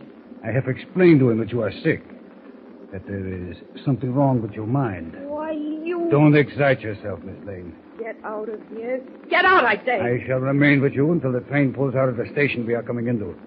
You see, I don't trust you now. Not after the little trick with the telegram. You know. Yes. I have it here in my pocket. And don't try anything like it again, or you may find yourself in trouble. Huffman, just why are you taking me with you? What are you going to do with me? That we will decide when we reach our destination. You've got the jade, the dragon's teeth. What more do you want? We want to make sure we keep the jade until we are out of reach. Greenville! Pull that window shade down, Miss Lane. No, I won't. I said pull that window shade down. No, help! Help! Shut up, you little Help, fool. please, help! Shut up. Help! Stay quiet if you know what is good for you. What's going on in there? Open up! One moment. Remember what I have told you. Well, what's going on here? In here, conductor? I'll tell you. He's keeping me prisoner here. The young lady is not well, conductor. That's a lie. Well, wait a minute. Listen. His name is Walter Huffman. He killed the Chinese back east. And what's more, he sold the dragon's teeth. He what? I say he stole the dragon's teeth. Oh, see, conductor, she talks crazy. No, I'm not crazy. I swear I'm not. Confidentially, I am taking her to a sanitarium in California. Oh, maybe I better get a doctor, eh? He's lying. He killed a man. He's a murderer. Maybe I better get a cop. Yes, will you please call one? As you wish, conductor, but anybody could see the poor girl is not in her right mind. No, don't believe him. Don't believe him. Don't. Quiet, my dear. I guess quiet. she does sound a little off. Maybe I shouldn't have bothered you. No, please don't That's believe me. quite all Please right, don't. conductor. A very valiant attempt, Miss Lane. I believe you now. Remember, you are being watched. Constantly. Good night.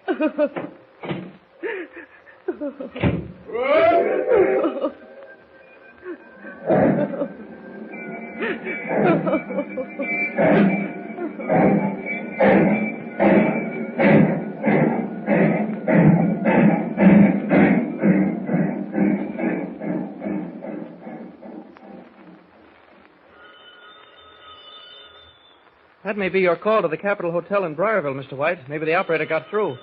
Hey, you take it, Kent. I'm too upset about Lois being missing. All right. Perry White's office. All right, put him on. It's the call, Mr. White. Good. Hello? Hello, this is Clark Kent of the Daily Planet. Clark Kent. That's right. Can you tell me whether Miss Lane is still registered at the hotel? No, Lane. Lane. That's right. I'll hold on. I hope she's there. Yeah. Yes? Yes? What? She did? When? Oh, I see. Who was she with? Will you repeat that, please? I see. No, thank you very much. Goodbye. Well, is she there? No. She left early tonight with 2 men. 2 men? One of them was Chinese. Well, what does that mean? It means that somehow Walter Huffman and Hu Ling got to her. It means that they took her with them.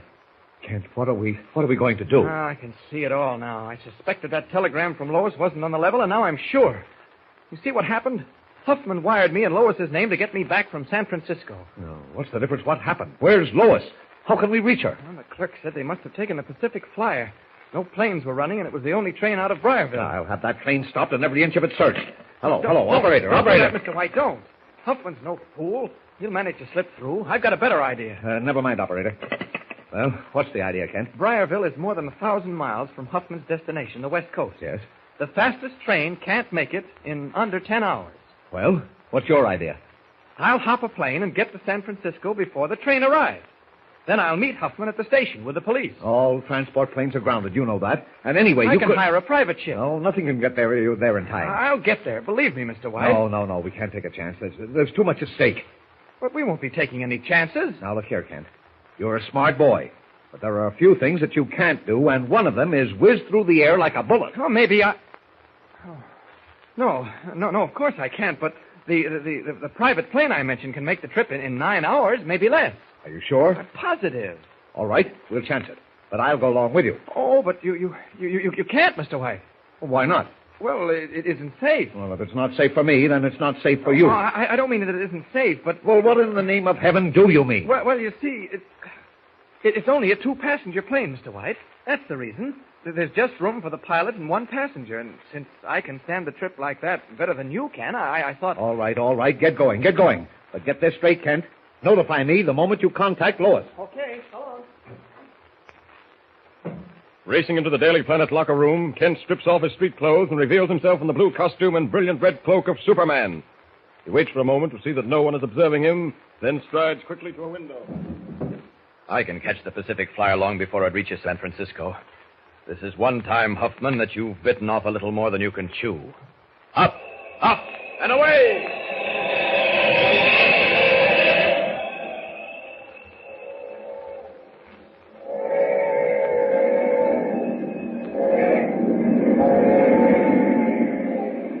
Huling. Yes, Hoffman. I have been thinking, Huling. Thinking about that telegram Miss Lane tried to send. It is said that many men have been hung because of woman's cleverness. Beware, Hoffman. Yes, we are too close to our goal to let it slip through our fingers now. You realize what it means, Huling? Once we have in our possession the 10 Chinese herbs mentioned by the dragon's teeth, we will own, you and I, a medicine that will cure all disease. But in the meantime, what about the girl? I think it's best not to take any chances. If that telegram had been sent, the police would have been waiting for us when this train pulled into San Francisco. Maybe her friend, the reporter Kent, and the others have given orders to watch all trains. Then what do you suggest? The next stop is a place called Carson City. We arrive there in 10 minutes. We will get off with Miss Lane, hire or buy a car, and proceed the rest of the way by automobile. A very clever idea, Hoffman. Very clever.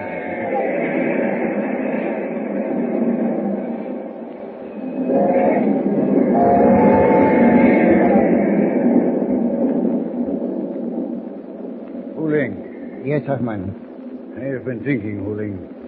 Thinking about that telegram Miss Lane tried to send. It is said many men have been hanged because of a woman's cleverness. Beware, Hoffman. Yes, we are too close to our goal to let it slip through our fingers now. You realize what it means, Huling? Once we have in our possession the 10 Chinese herbs described by the dragon's teeth, we will own, you and I, a medicine that will cure all disease. But in the meantime, what about the girl? I think it's best not to take any chances. If that telegram she tried to send had gotten through, the police would have been waiting for us in San Francisco with open arms the moment this train pulled in. And for all I know, that reporter Kent may have given the police orders to watch all trains. Then what do you suggest? The next stop is a place called Carson City. We arrive there in 10 minutes. We will get off with Miss Lane, hire or buy a car, and proceed the rest of the way by automobile. A very clever idea, Hoffman. Very clever. See that our bags are packed and ready to go. I will take care of Miss Lane. Work quickly. There is no time to waste.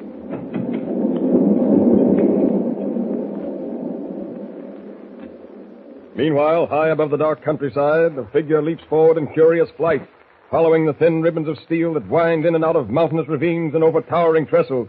Faster and ever faster, mocking even the wind in his flight.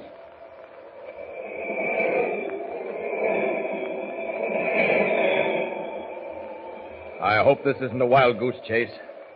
No, I'm certain it isn't. Lois never sent that wire ordering me back east. It was a fake.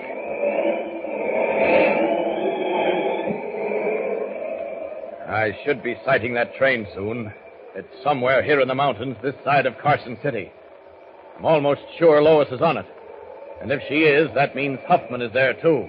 And Huling. All I want with those two is 60 seconds.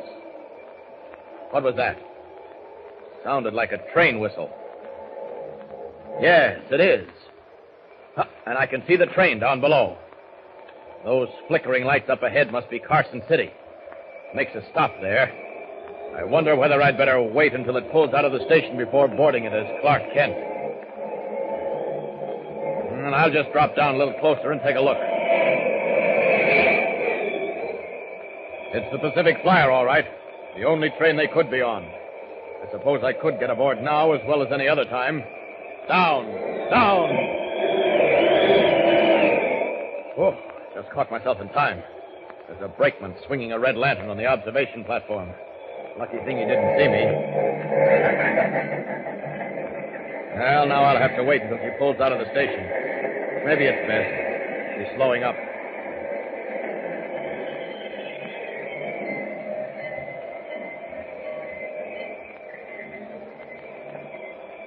There. She's in the station. I'll drop down and hide behind the observation car until she starts rolling again. Down! Down! There, that does it. Yeah, I'm well hidden here. And the moment the train starts, I'll swing aboard. Lois will certainly be surprised to see me. Not to mention Walter Huffman. Train's starting. The brakeman's probably left the observation platform by now. Yes, he has. Here we go, on board. Up!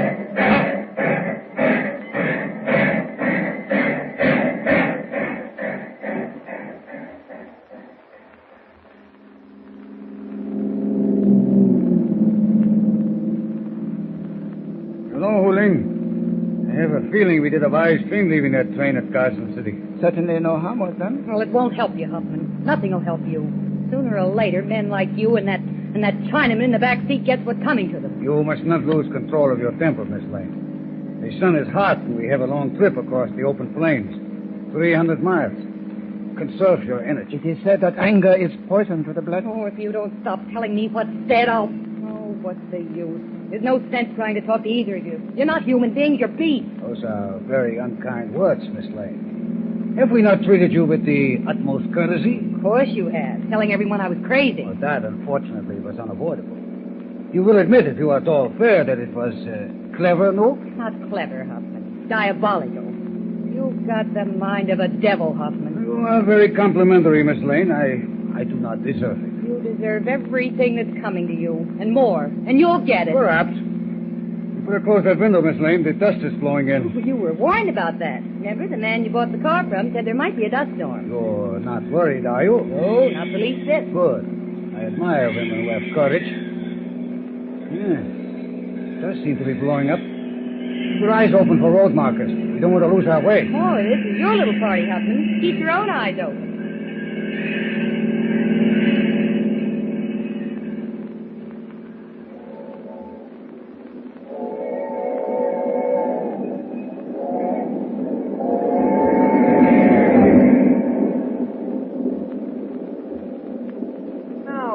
Porter, my name is Clark Kent. See these credentials? This press card. I'm a newspaper man with the Daily Planet. I'm sorry, sir, but we ain't allowed to give out no information about passengers. But this young lady was a personal friend of mine. That don't make no difference, sir. Now, does this make any difference? $10 bill. Yes, sir. All right, now tell me what I want to know. Was the young lady answering the description I gave you on board this train? Yes, sir. She the one who got bats in the belfry. What? She kind of crazy. Who told you that? The gentleman traveling with her. He said I wasn't to pay no mind if she come out with something queer. Oh, this gentleman who was traveling with her, Porter, did he have an accent? Yes, sir. Uh-huh. And was there a Chinaman with him? Sure enough. Where are they now? On this train? No, sir. They done got off at Carson City. With the young lady? Yes, sir. I've got to go after them. Yeah, but we don't make no stop till we get to Pine Valley. That's a good 2-hour run. Yes, I know. Well, thanks. Thanks a lot, Porter. Yes, sir. You're welcome, sir. Yes, sir. You're sure enough welcome. Pine Valley. Every second counts now. As it is, I may not be able to pick up their trail. Oh, why didn't I board the train before it reached Carson City? Well, no sense crying over spilled milk. Got to get off this train the same way I got on, through the observation platform. Here we are. Good thing it's empty. Nobody's watching me. Now I can drop Clark Kent. For Superman. You slipped through this time, Huffman, but it won't be for long. Up, and away!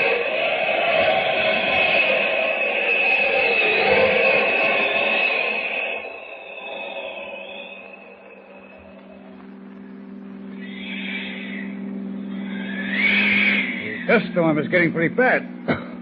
How far back do we get off the road, Miss Lane? Well, I don't know. I told you this was your little party. You go ahead and run it. I can't see with the dust blowing against the windshield. I have to go out and look around. You will need some assistance, Hoffman. No, Hooling, stay where you are. I will be right back. Only a fool who thinks he's clever would have started out in the face of warnings It anyway. is not for you to criticize. I know. It is said that only a critic can criticize. You had better hold your tongue, young lady. I can't find the road. The dust is blinding. Yeah. Now, Mr. Smart Aleck, what's the next Keep move? quiet, Miss Lane.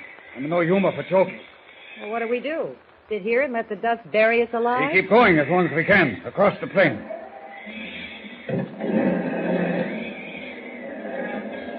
Well, if you'd listened to that man back in Carson City, you wouldn't have... Why must we be subjected to her, Hoffman? Must she continue with us? No, you wouldn't dare. Who can tell? Well, maybe it'd be better if we turned back. Back where? They've lost all sense of direction. There's nothing but dust and more dust, and that wind But howling. how much longer can we keep going this way? For all you know, we're moving in I circles. told you to keep quiet. First by the minute. What happened? The car stalled. We are carrying too big a load. What does that mean? It means we cannot continue carrying so big a load. Do as I suggested, Hoffman. Oh, no. No. I am sorry, Miss Lane. There is no other way. Oh, no. No, you can't leave me here in this storm. I'll suffocate. The dust... There is no choice. The car must be light. But I'm not very heavy. It is not you alone. Hu Ling must remain behind, too. You do not mean that, Hoffman? I mean it. With only one in the car, there may be a chance. It's not human. Oh, please. Please don't leave us behind, Hoffman. I have helped you get the jail, Hoffman. It is because of Hu Ling that you have the dragon's teeth. I know, Hu Ling, but there's nothing else to do. No, you cannot do this. Put down that knife, Hu Ling. I have a gun. If one must live, it will be Hu Ling. You struck him on the head. It was my life or his. I'd carry him out and leave him here with you. You'll be all right shortly. Step from the car, Miss Lane. Oh, no. No, please. Step from the car. Hoffman. Goodbye, Miss Lane. And good luck. Oh, no. No. No, come back. Come back. Come back. Come back.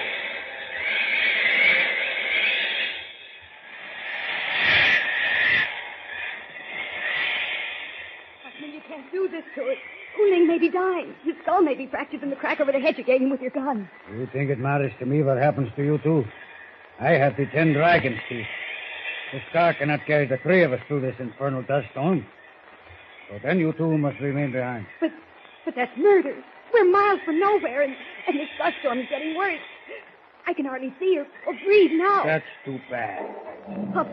Huffman, wait. Please listen to me, Huffman. I am sorry, Miss Lane. You must do the best you can. Goodbye. Huffman, come back. Come back, Huffman, come back.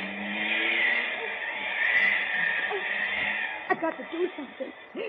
This dust, it's blinding me, choking me.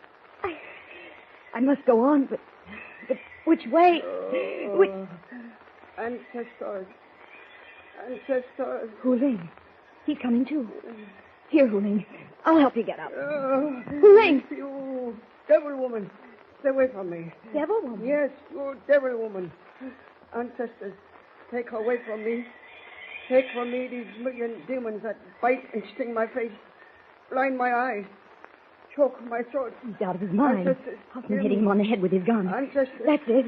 Ancestors, have mercy. Save me. Save Oh, me. he's stark raving mad. I've got to do something. Hu Ling. Ancestors, you stay from me. You devil woman. Listen to me, Hu Ling. I'm not a devil woman. Your ancestors sent me to help you. Help me? Yes, I'm no devil. I'm a good spirit. Follow me, Hu Ling, and I'll save you. Will you follow? Follow you? Yes. Yes, I follow. Where would you go? We go. Yes. Where? Come, Hu Ling. Come with me.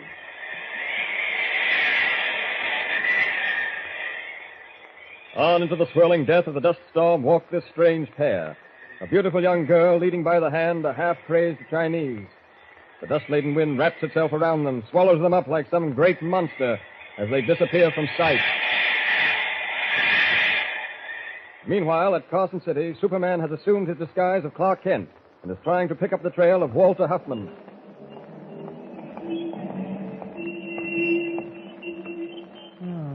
conductor said the three of them got off the train here at Carson City. That means Huffman, Huling, and Lois.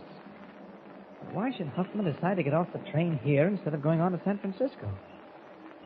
He may have figured that the police would be waiting for him when he stepped off the train on the coast.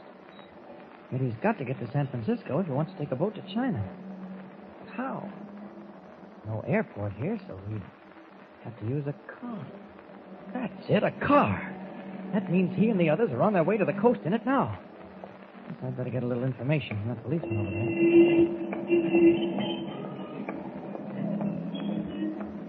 there. Excuse me, officer. Yes, young man, what can I do for you? I wonder if you can help me, officer. I'm planning to drive from here to San Francisco starting this afternoon. What's the best way to go? Well, there's only one way you can go, and you won't be taking it this afternoon. I don't understand. The only way of going is across the Great Prairie. You got to hit Mineville before you can pick up the main highway for the coast. And Mineville's on the other side of the prairie. Oh, thanks very much. That's all I wanted to know. Wait a minute, fella, wait a minute. Did you notice anything peculiar about the air in this town? Yeah, no. Kind of windy and dusty, but... Windy and dusty, eh? You see that huge black cloud hanging low over the horizon there? Yes, looks like an approaching storm. Brother, that's a sandstorm. Take my advice and stay here in Carson City till it blows over. Your life would be worth a plug nickel if you tried to get through that. Dangerous as all that, eh? Mister, I've seen people brought in off the prairie after one of these dust storms. They weren't pleasant to look at. It isn't just the dust clogging your nose and throat so you can't breathe. It's, well, those dust particles driven by a howling wind are just like knives. No, sir. Those people weren't pleasant to look at. I see. Well, thanks for the tip. I guess I'll wait till it blows over. Yeah, I would if I were you. It doesn't pay to take chances. Thanks, officer. Huffman took a chance, unless I miss my guess. I better make for that alley where I won't be seen.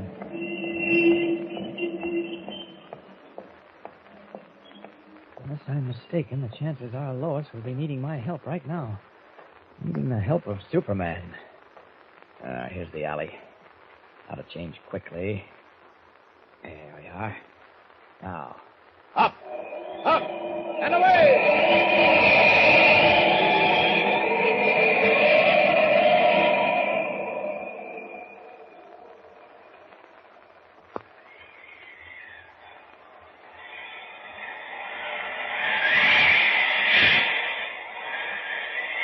Willie, keep hold of my hand. We must go on. No. 1,000 demons fill my eyes, my throat. 10,000 knives cut my face, my hands. You are a devil woman. Please, Huling, come on. It's our only chance. We've got to keep going until the storm's over. No, we stop. Huling, move no further. Why do you look at me like that? Who you are? I've told you, Huling. I'm a good spirit sent by your ancestors. No, you are evil spirit. You are devil woman. You think to trick Huling going with you? Oh, no. Listen. No. Listen. Round us scream voice of 1,000 demons. You hear? Oh, that's the wind. No, demons. You bring them. Huling, listen. You must try to remember. Huffman. Walter Huffman. He struck you over the head with his gun. Remember, Huling? No, you are devil. Huffman struck you and threw you out of the car. Remember? Then he forced me out of the car and drove off, leaving us alone. Don't you remember, Huling? Huling! Huling, fight evil spirit. Oh, no. No, get away! No, fight evil spirit. Stay away from me, you madman. You're out of your mind. You're crazy. Stay away. Huling, fight evil spirit. Oh, no. No, Huling.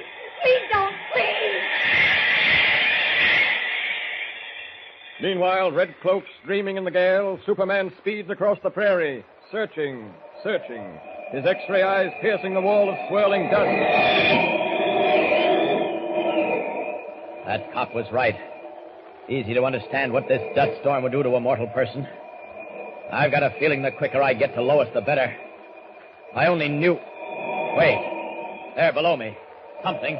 Down! The automobile burned to a charred and blackened hulk. This must be the car. Great Scott, if Lois was in this car. Better investigate. There's no one here. Whoever was driving couldn't see the ravine because of the sandstorm. car went over the embankment, caught fire. Hello, what's this? What? The teeth. The dragon's teeth. Melted and fused together into one piece by the fire. Well, that's the end of that. I'd better get started again and see if I can't find... Wait a minute. Someone lying over there near those bushes. Why, it's Huffman. Walter Huffman. Let's see. Neck broken. Managed to crawl from the car and then collapsed. Why wasn't Lois with him? And Hu Ling? I'd better look into that right now. Up! Up! And away!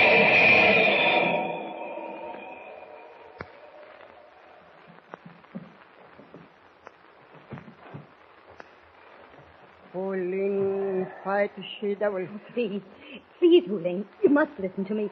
Don't you see? The storm's over now. We must go on. We must get out of this prairie. She devil try to fight Hu Ling. Now Hu Ling fight you. Oh, no. No, Hu Ling. Run. You run, then Hu Ling catch you. Oh, no, please. Listen to me. You no run, eh? Then here. Hu Ling, please. Let go of me. You no run away. Then Hu Ling use knife on you. Now. Stop. Put down that knife. No. No, Hu Ling kill. I'm sorry, Miss Lane. That was the only way to stop him. Superman. Yes. Thank heaven. That madman would have taken my life. Now, there's no time to lose. I've got to get you two out of this prairie before the dust storm kicks up again. This is only a temporary lull. Wait. Walter Huffman. He made off in a car with the dragon's teeth and he... You can forget both Huffman and the dragon's teeth. Huffman is dead. The dragon's teeth are gone forever. Oh. Oh. Once again, a single man's greed has deprived humanity of a means to alleviate much of its suffering. But now, Miss Lane, I'm going to take you and Hu Ling back to Metropolis. There, I've got Hu Ling. If I may put my arm around your waist. Of course. There we are. And now, up, up, and away! Once again, Superman's curious powers and amazing abilities bring matters to a happy and successful conclusion. What further adventures await Superman in his never-ending battle against crime and injustice? Be sure to hear the next thrilling episode and begin a new adventure with Superman. Tune in the next thrilling installment of the transcription feature, Superman. Up in the sky. Look! It's a bird! It's a plane! It's Superman! Superman is a copyrighted feature appearing in Action Comics magazine.